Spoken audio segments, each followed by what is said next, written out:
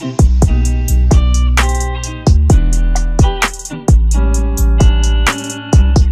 ahora en Mundo Agro vamos a hablar de la cuestión de la inmobiliaria rural. Toda una cuestión verdaderamente interesante como para abordar, sobre todo porque esto está directamente relacionado con arrendamientos de campos para poder realizar las tareas agrícolas y sobre todo también con el impacto que tiene hoy por hoy en la producción actual un sinnúmero de situaciones que hablan, por supuesto, de cierta incertidumbre a la hora de producir. Juan José Madero es el presidente de CAIR, la Cámara Argentina de Inmobiliaria Rural está en contacto con nosotros. Juan José, un placer estar contigo. ¿Cómo estás? ¿Qué tal, Julio? Gracias por el contacto a disposición. Bueno, en primer término, ustedes en el último informe dieron a conocer que ha caído cerca de un 31% la actividad de la inmobiliaria rural conforme a lo que es la comparación del mismo mes, diciembre, respecto al año anterior.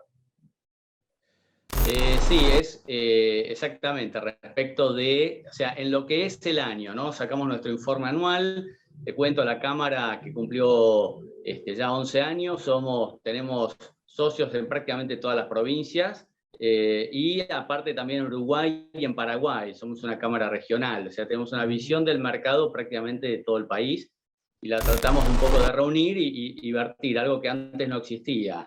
Y hace ya algunos años venimos haciendo una medición propia del índice de actividad inmobiliaria. No es solo compra-venta, sino lo que es la actividad en sí. Antes se decía, bueno, no, el mercado está frío, está pedido, está... Entonces tratamos de mensurarlo un poquito. Entonces eso nos permite tener una temperatura un poquito más precisa de cómo se está moviendo esto. El año pasado fue un año de actividad muy discreta en lo que es compra-venta, porque el mercado inmobiliario lo dividimos en lo que es compra-venta, que es el grueso, y los alquileres, ¿no? Que van por carriles totalmente distintos. La compra-venta son inversiones, o sea, digamos, genuinas en capital, de largo plazo y en dólares. Son inversiones importantes.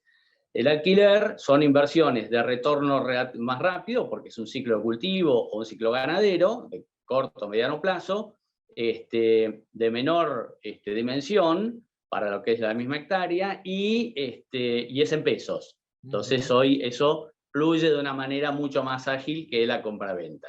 Cuando hablamos de actividad estamos más refiriéndonos al tema compraventa, que es el grueso de nuestro trabajo.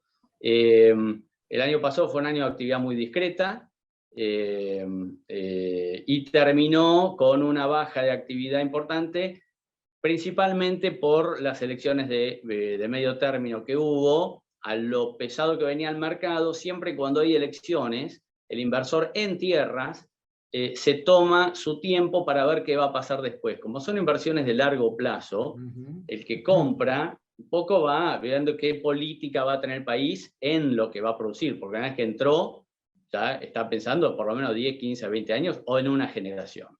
Así que eso es histórico, que cuando hay elecciones de cualquier tipo, la actividad se ralentiza un poco.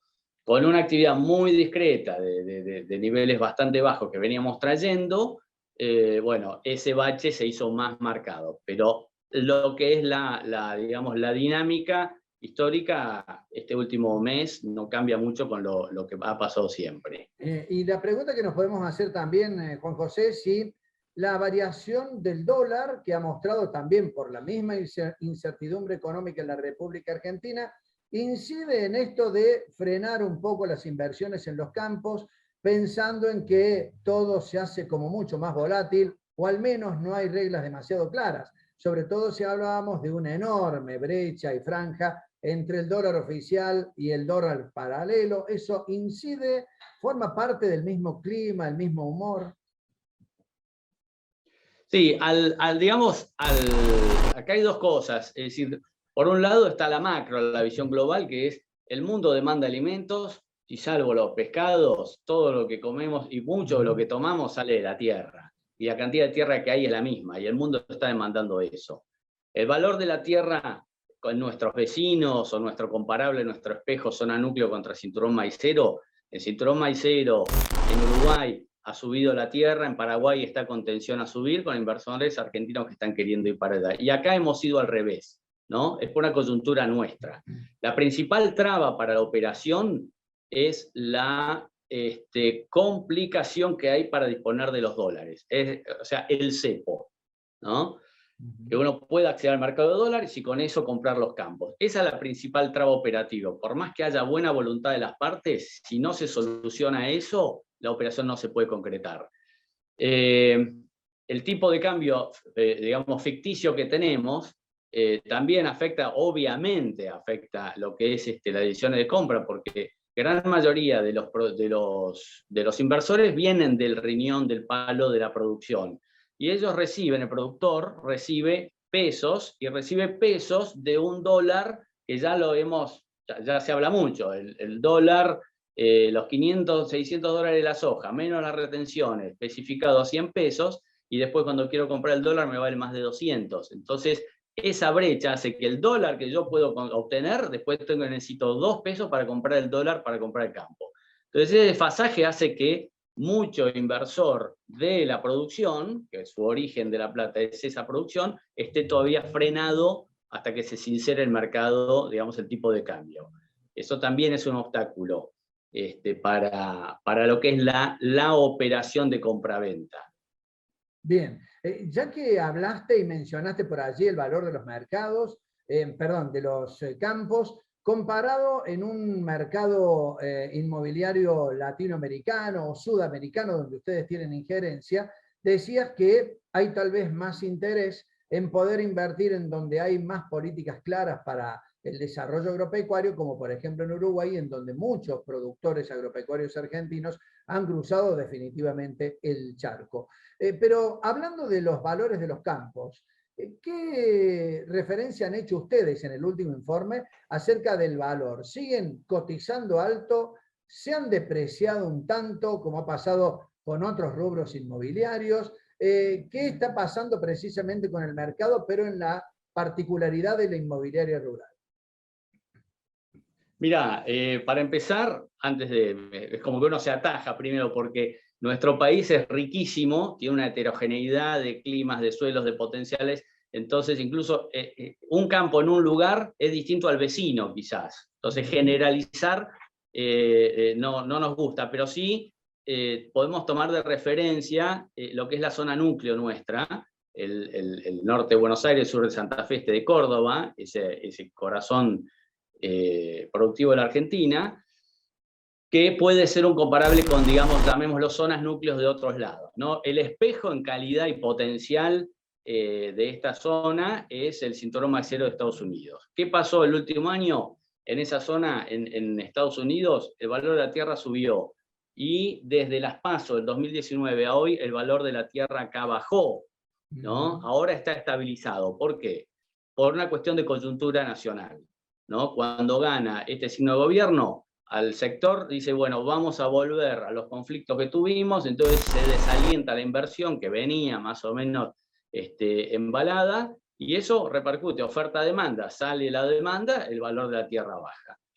Ahora, el valor de los granos empezó a subir para la campaña anterior, se empezó a poner más firme, eso empujó a los alquileres, que ahí venimos, vamos al otro carril que va en peso, lo que es la producción agropecuaria nunca paró, creció, el productor siguió apostando, tecnología de punta y a seguir creciendo. La demanda por alquileres agrícolas quedó insatisfecha la campaña anterior. Campo que había para agrícola para alquilar se alquilaba. Eso llevó a que los alquileres subieran hasta un 15% en grano, un grano que subió más. Entonces ha hecho que el resultado operativo para el propietario resultara mejor que el anterior. Eso actuó a grandes rasgos, con todos los otros componentes, como amortiguador de esa baja, y esa baja que venía del orden de un 10 a un 15%, depende de las zonas, en dólares, quedó amesetada. Entonces, para hablar de valores, esos campos zona núcleo que dijimos recién, que llegaron a valer en su momento, 2012 en el pico, cerca de $18.000, después fueron corrigiendo, este último año llegaron a tocar los $12.500, 13.000, el último tramo, esta cuestión de los alquileres altos ha amesetado, o sea, ha frenado esa baja, y quizás hay un índice pequeño de recuperación, pero para los campos agrícolas de muy alta calidad. El resto de los campos, los de mediana calidad, los ganaderos y más los marginales, continúan todavía en esa meseta. Bien. Con un mercado, digamos, de demanda muy más acotada. Bien, ya que hemos pintado un panorama respecto al último informe que han elaborado ustedes y que valoramos muchísimo porque nos parece realmente muy destacado y con datos muy interesantes, para el final, ¿qué puede llegar a pasar en medio de más incertidumbre que le estamos sumando a la realidad productiva y política nacional? Un acuerdo con el Fondo Monetario Internacional que todavía está en veremos si se cierra, y sobre todo una serie de consideraciones o versiones que hablan, por ejemplo, de que podrían llegar a subir, entre otras cosas, las retenciones en la República Argentina. ¿Cómo ven ustedes el panorama? ¿Cómo lo analizan? ¿Qué puede llegar a pasar de aquí al futuro? Bueno, la bola de cristal, Sí. no sé, yo nunca la tuve, pero... Sobre todo que en bueno, Argentina se manera, necesita mucho, ¿no? No, de acero. Pero bueno, hay un punto, uno trata de siempre ser optimista sin ser ingenuo, ¿no?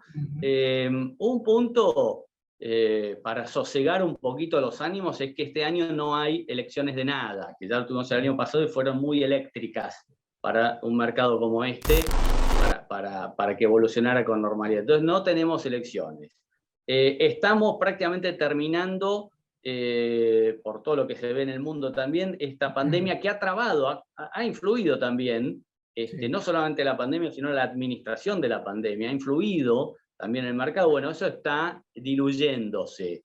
Entramos en ese sentido en un año más sereno. Por otro lado, justamente a esta sequía atroz que estamos viviendo en algunas zonas y otras que la han cortado, ha repercutido en que los valores de los granos en Chicago subieran mucho y hicieran más atractivo volver a sembrar, y hay que ver cuánta plata queda en los bolsillos productores para volver a meterlo ahí. Pero va a ir ahí y ya demanda por campos para alquilar está habiendo, ¿no? Y aparentemente con una tendencia sostenida respecto al año pasado. Entonces, esto indica que bueno, la actividad sigue dinámica. Un escenario nacional con dos componentes menos que distorsionan las decisiones. Pero, por otro lado, está esto que decías vos recién. No tenemos un acuerdo con el fondo que mejor o peor, por lo menos enmarca algo hacia dónde, qué rumbo tiene que seguir el país. Eso todavía no está y está en discusión. Tenemos intervenciones de mercados que desalientan entrar en algo que después me va a decir vos podés exportar, vos no podés exportar, vos podés vender o no, o vos podés vender en este precio o en este precio no. Entonces esa incertidumbre no ayuda mucho. La presión fiscal, que es confiscatoria, quedó abierta la puerta a que pueda seguir siendo más confiscatoria. Entonces eso tampoco ayuda a entrar en el negocio.